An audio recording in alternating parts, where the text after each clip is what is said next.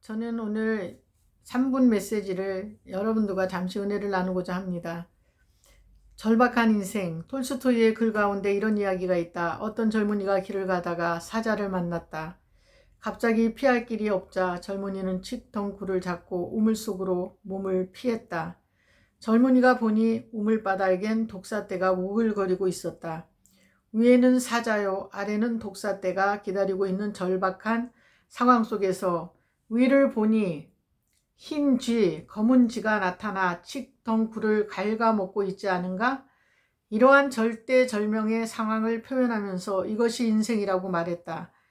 내 힘으로는 어떻게 할 수 없는 절박한 상황, 이러한 절박한 상황에서 하늘을 보니 우물 곁에 있는 나무 위 높은 가지에 벌통이 있는데 벌통에서 꿀이 넘쳐나 뚝뚝 떨어지고 있지 않는가? 그 꿀이 어찌나 달던지 그 꿀을 먹으며 생명을 유지했다는 것이다. 한계 상황을 벗어날 수 있는 유일한 길, 이 길이 바로 부활신앙이다.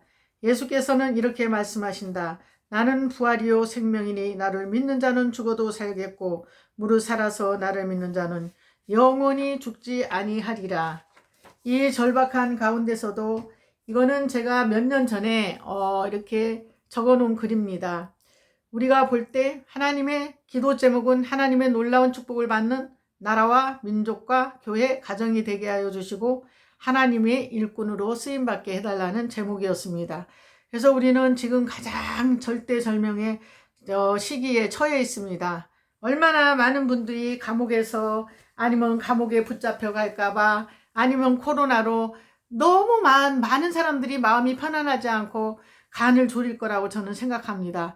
또 주변에 코로나 걸린 분들이 너무나 많은데 주변의 식구들 뿐만 아니라 가족들 또한 친척들 이웃들 얼마나 많은 그런 어려움인 지금 상황에 처해 있습니까?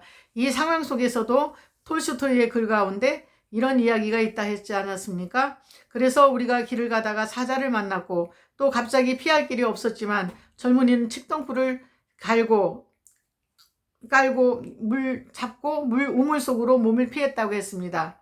젊은이가 보니 우물바닥엔 독사떼가 우글거리고 독사떼가 밑에는 우글거리고 있고 위에는 사자가 있고 아래는 독사떼가 기다리고 있는 절박한 상황 속에서 밑으로 내려갈 수도 없고 위를 보니 흰쥐, 검은쥐가 나타나 칡덩쿨을 갉아먹고 있지 않는가?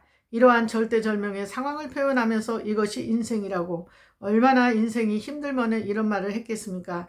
내 힘으로는 어떻게 할 수 없는 절박한 상황, 이러한 절박한 상황에서도 하늘을 보니 오직 하늘을 보니 우물 곁에 있는 나무 위에 높은 가지에 벌통이 있는데 벌통에서 꿀이 넘쳐나 뚝뚝 떨어지고 있다고 했습니다. 그 꿀이 어찌나 달던지 그 꿀을 먹고 연명 생명을 유지했다는 것인데 우리는 한계 상황을 벗어나서 이렇게 오직 하나님만 바라보고 부활신앙으로 승리하는 저와 여러분 되시기를 부탁드립니다. 감사드립니다.